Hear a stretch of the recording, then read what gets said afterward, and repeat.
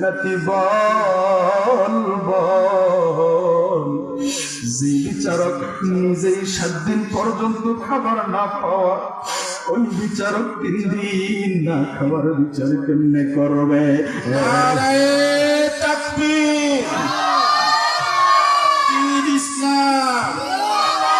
আল্লাহর নবী বিশ্ব নবী একদিন দিনের দাওয়াত দিয়া বাড়ির দিকে রওনা হয়নি। প্রতিপথে মা ফাতেমার বাড়ি পড়ল। হাসান হুসাইনকে দেখার উদ্দেশ্য করিয়া আমার আপনার মায়ের নবী মা ফাতেমার বাড়ির ভিতরে ঢুকলো। দরওয়াজার সামনে দাঁড়াইয়া ফাতেমাকে ডাক দিয়া বলে, রে মা, দরওয়াজাটা খোল, হাসানকে দেখবো, হুসাইনকে দেখবো। ভিতর থেকে কোনো জবাব নাই। আবার ডাক দিয়া বলল, মা, দরওয়াজাটা খোল, হাসানকে দেখবো, হুসাইনকে দেখবো। ভিতর থেকে কোনো জবাব নাই। তৃতীয়বারের মাথায় আমার আপনার মায়ের নবী কেঁদে কেঁদে ডাক দিয়া বলে, মা, কি অন্যায় করলাম রে মা, দরওয়াজাটা খোল, হাসানকে দেখবো, হুসাইনকে দেখবো। ফাতেমা দরওয়াজার সামনে আইসা ডাক দিয়া বলে, বাবা, আপনি কোন অন্যায় করবেন? আপনি তো অন্যায় করতে পারেন না। বাবা, আপনি রহমাতুল লিল আলামিন, ইমামুল মুরসালিন, খাতামুন নবীন, সাইয়্যিদুল মুরসালিন, শাফিউল মুযনিবিন, মানবতার মুক্তির দূত সাইয়্যিদুনা নবী মুহাম্মদুর রাসূলুল্লাহ, সবাই পড়ি সাল্লাল্লাহু আলাইহি ওয়াসাল্লাম। ওগো বাবা, আপনি যখন ডাক দিয়েছেন, দৌড় দিয়া দরওয়াজার সামনে আসছি দরওয়াজাটা খুলে দিব বলে। কারণ মেয়েদের যখন বিবাহ হয়ে যায়, নতুন শ্বশুর বাড়িতে যাওয়ার পর যদি খবর পায় বাবা আসছে, ভাই আসছে, বাবার বাড়ি থেকে কেউ আসছে, মেয়েরা খুশি হয়। ওগো বাবা, আপনি যখন ডাক দিয়েছেন, দৌড় দিয়ে আমি দরওয়াজার সামনে আসছি গো, দরওয়াজাটা খুলে দেওয়ার জন্য। কিন্তু আমি কেন দরওয়াজাটা খুলি নাই? ওগো বাবা, দরওয়াজাটা খুলে যে আমি আপনার সন্তান ফাতিমা আপনার সামনে দাঁড়াবো। আপনার সামনে দাঁড়ানোর মতো পর্যাপ্ত পরিমাণে বস্ত্র আমি ফাতিমার পরিধানে না। সুবহানাল্লাহ। নিজের বাবার সামনে অল্প একটু পর্দা লঙ্ঘন হওয়ার কারণে নিজের বাবার সামনে ফাতেমা আসে নাই। যে মহিলা কিনা দুনিয়াতে জান্নাতের সার্টিফিকেট পাইছে, জান্নাতের মহিলাদের সন্তানই হবে, ওই মহিলা অল্প একটু ছিদ্র থাকার কারণে দরওয়াজা খুলে নিজের জন্মদাতা পিতার সামনে দাঁড়ায় নাই।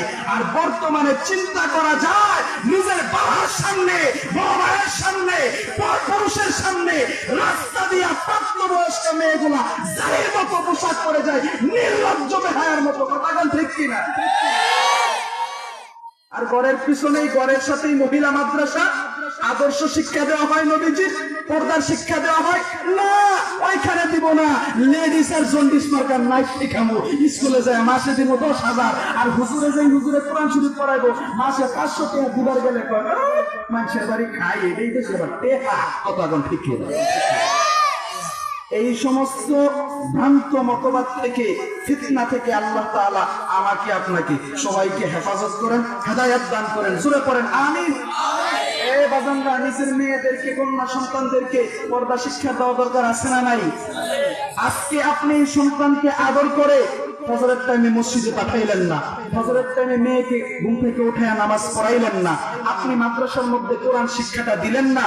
আপনাকে যে মাদ্রাসায় পড়ায় মাওলানা মুফতি মুহাদ্দিস বানাইতে হবে এমন না। সর্বোচ্চ 3 বছর একটা ছেলে মেয়েকে যদি কেরাতুল কোরআন মাদ্রাসায় পড়ান, ফরজিয়ত আদায় হয়ে যাবে।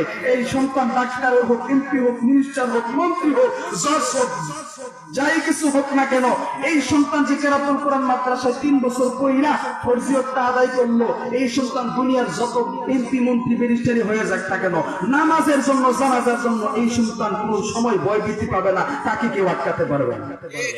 আর আপনি 5টা সন্তান এমপি বানাইলেন, মন্ত্রী বানাইলেন, ব্যারিস্টার বানাইলেন, দামি দামি ডাক্তার বানাইলেন, দামি ব্যাকের শিক্ষায় শিক্ষিত, বাংলাদেশের লেখাপড়া সব শেষ করাই দিয়েছেন আমেরিকা, লন্ডন, জাপান, একের বিরাট গর্ভবতী। কিন্তু আপনি মারা যাওয়ার পর মা বাবার জানাজা পড়াইতে পারে না, অন্য মহল্লা থেকে ভাড়া খাইরা হুজুর না লাগে দোয়া করার জন্য। আপনি একটা মানুষ নয়, আপনি মানুষ নামের কলঙ্ক। মা বাবা একজন ব্যর্থ মা বাবা। কথা বলতে তাহলে নিজের সন্তানগুলোকে মাদ্রাসায় দেওয়ার দরকার আছে না বাজান? পর্দা শিক্ষার গুরুত্ব আছে না বাজান? আরে যুবক ভাই, এর পর্দার মা বৃদ্ধ বাবাজি ফাতেমা ডাক দিয়া বলে, বাবা গো, আমি ফাতেমা দরওয়াজাটা খুলে যে আপনার সামনে দাঁড়াবো। আপনার সামনে দাঁড়ানোর মতো পর্যাপ্ত পরিমাণে বস্ত্র আমি ফাতেমার পরিধানে নাই। নবীজির গায়ের মধ্যে একটা বাড়তি চাদর ঝুলানো ছিল গো। দরওয়াজাটার ফাঁকা দিয়া চাদরটা দিয়া বলল, মা গো, এই চাদরটা নিয়া গায়ের মধ্যে পরিধান করিয়া দরওয়াজাটা খুলে দাও। ফাতেমা দরজার ফাঁকা দিয়া চাদরটা নিলেন, চাদরটা গায়ের মধ্যে পরিধান করিয়া দরওয়াজাটা খুলে দিলেন। নবীজি সালাম দিয়া ঘরের ভিতরে প্রবেশ করলেন। ঘরের ভিতরে ঢুকিয়া ফাতেমার চেহারার দিকে তাকাইয়া নবীজি অজর জোরে কান্না শুরু করে দিয়েছে। ফাতেমা ডাক দিয়া বলে, বাবা তুমি কেন কান্দো? নবীজি ডাক দিয়া বলে, মা আগে আমার প্রশ্নের জবাব দাও, তুমি কয়দিন পর্যন্ত খাবার খাও না? আল্লাহু আকবার বলে। আরে মা, সালাম দিয়া ঘরের ভিতরে প্রবেশ করলাম রে, তোর চেহারাটা দেখে বড় মায়া লাগলো রে মা। তোর চক্ষু দুইটা গর্তের ভিতরে ঢুকে গেছে রে, তোর চেহারাটা কেন শুকিয়ে গেছে রে? মনে হয় আজকে কয়দিন পর্যন্ত তুমি খাবার পাও না।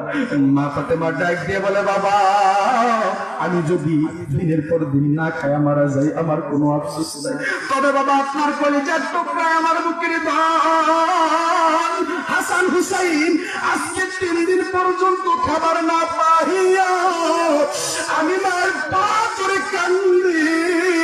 ডাক দিয়া বলে, মা পেটটা কেবল পিঠের সাথে লেগে গেছে রে মা,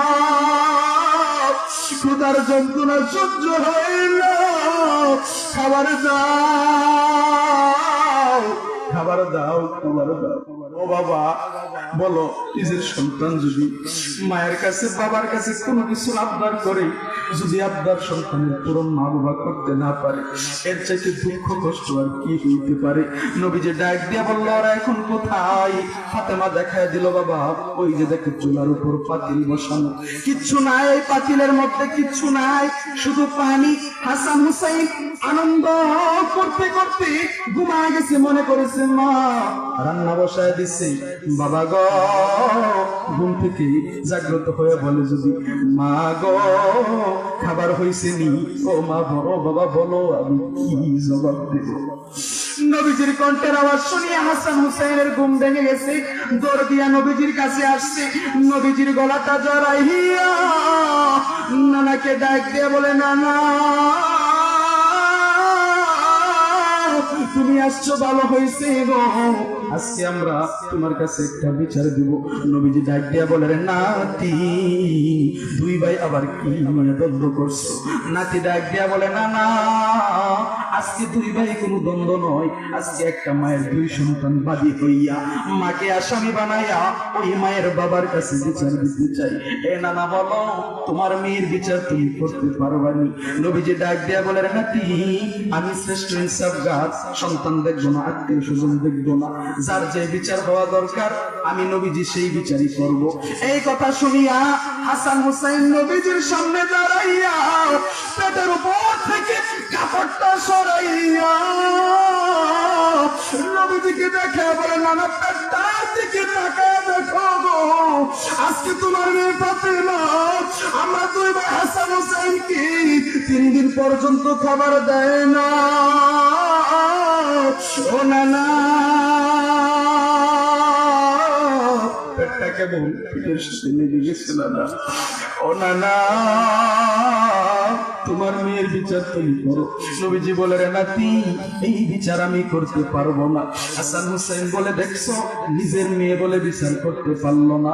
যখনই হাসান হুসাইন এই কথা বলল, নবীজি হাসান হুসাইনের সামনে দাঁড়ায়া গেছে।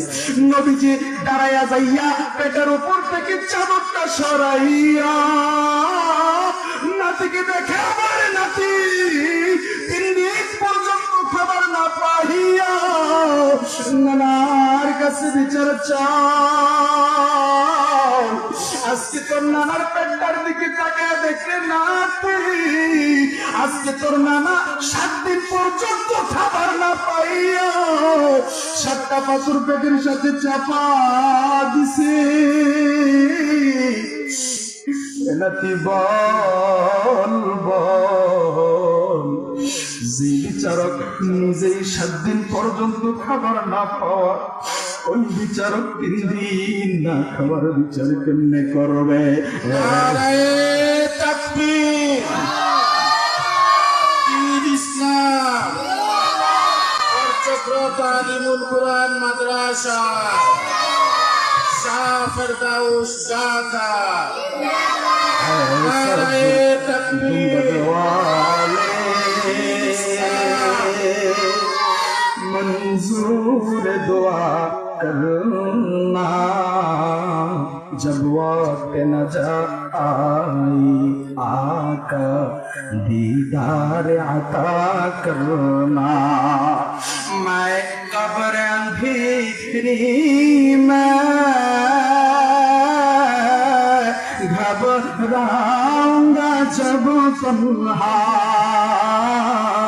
इमदाद मेरी करने आ जाना रसूल अल्लाह। मरहबा बोलो ना वज़ल्ला।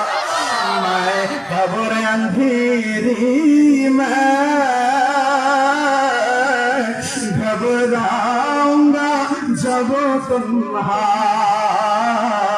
इमदाद मेरी करने आ जाना रसूल अल्लाह। रोशन मेरी तुर्बत को लिल्लाह जरा करना, जब वक्त न जा आई, आका दीदार अता करना, दीदार अता करना। अरे पर चुकेर बाबाजी